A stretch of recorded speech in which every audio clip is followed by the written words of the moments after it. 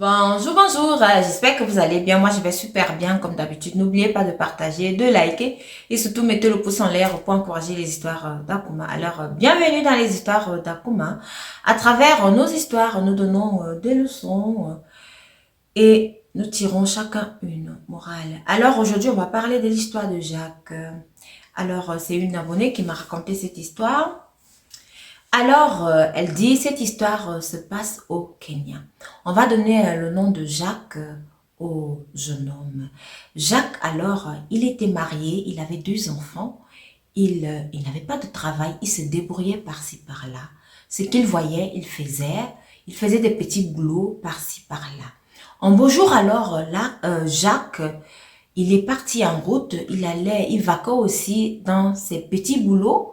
Il devait donc prendre les transports en commun. Vous tous, vous connaissez les transports en commun, soit les petits bus, soit les petits cars, comme dans chaque pays africain.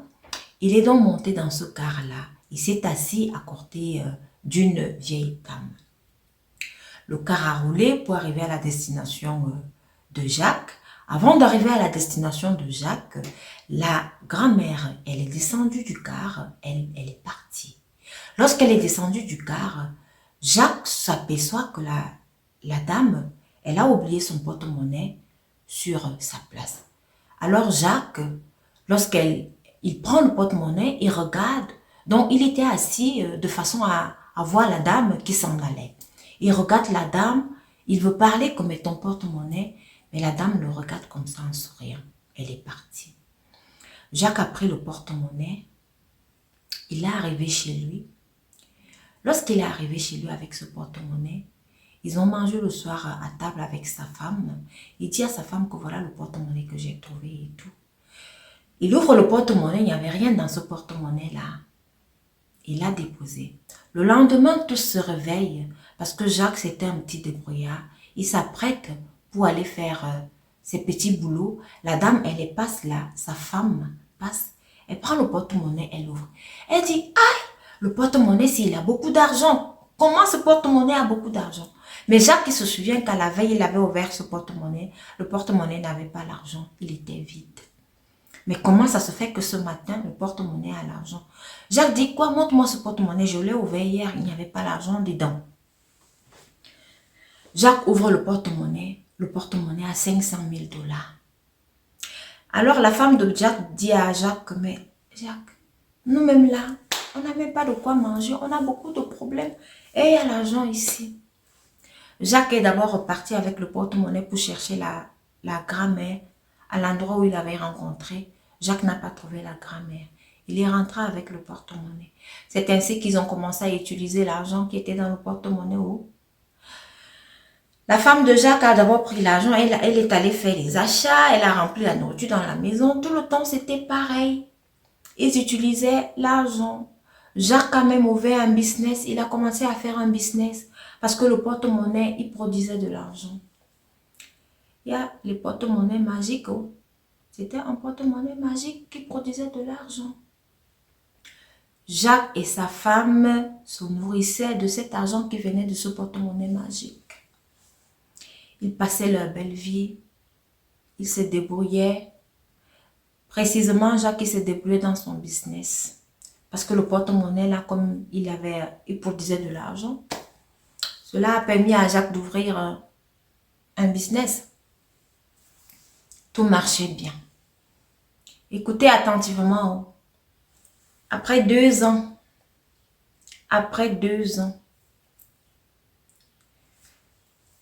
Jacques a commencé à avoir mal à l'arrière-boutique. J'espère que vous comprenez ce que je dis. Il n'arrivait même plus à s'asseoir, il n'arrivait même plus à marcher. Jacques avait mal. Sa femme qui lui dit aussi que oui, depuis un certain temps, elle a mal là-bas dans son Jessica. Parce que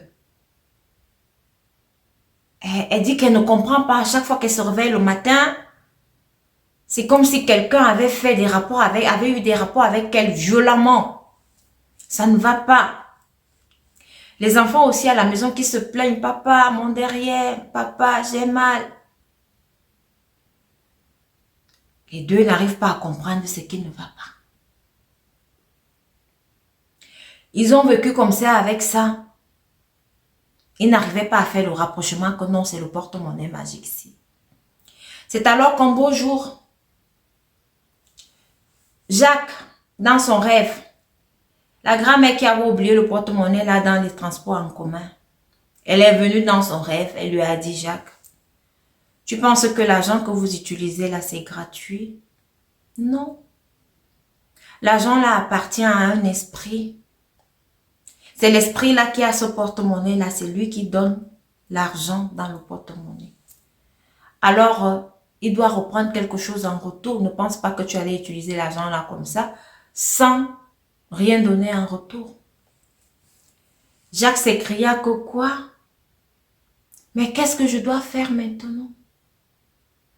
La grand-mère lui dit que non, mais l'esprit là doit coucher avec vous tous. C'est comme ça.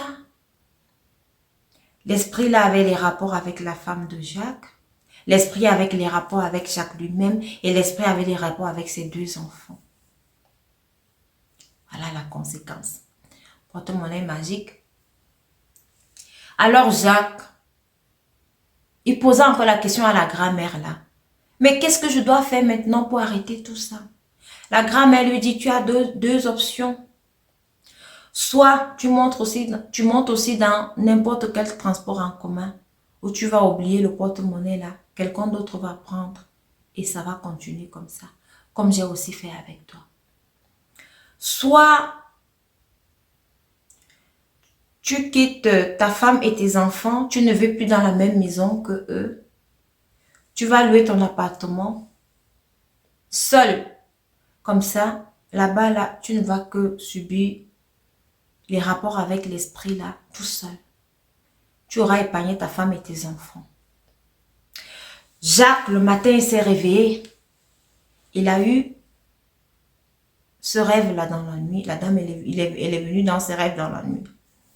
Jacques a réfléchi. Mes chers abonnés, Jacques avait déjà le goût de l'argent. Alors, laisser le porte-monnaie tomber, c'était très difficile pour lui. Alors, Jacques a dit, oui, je vais prendre la deuxième option. Je vais aller louer mon appartement à côté.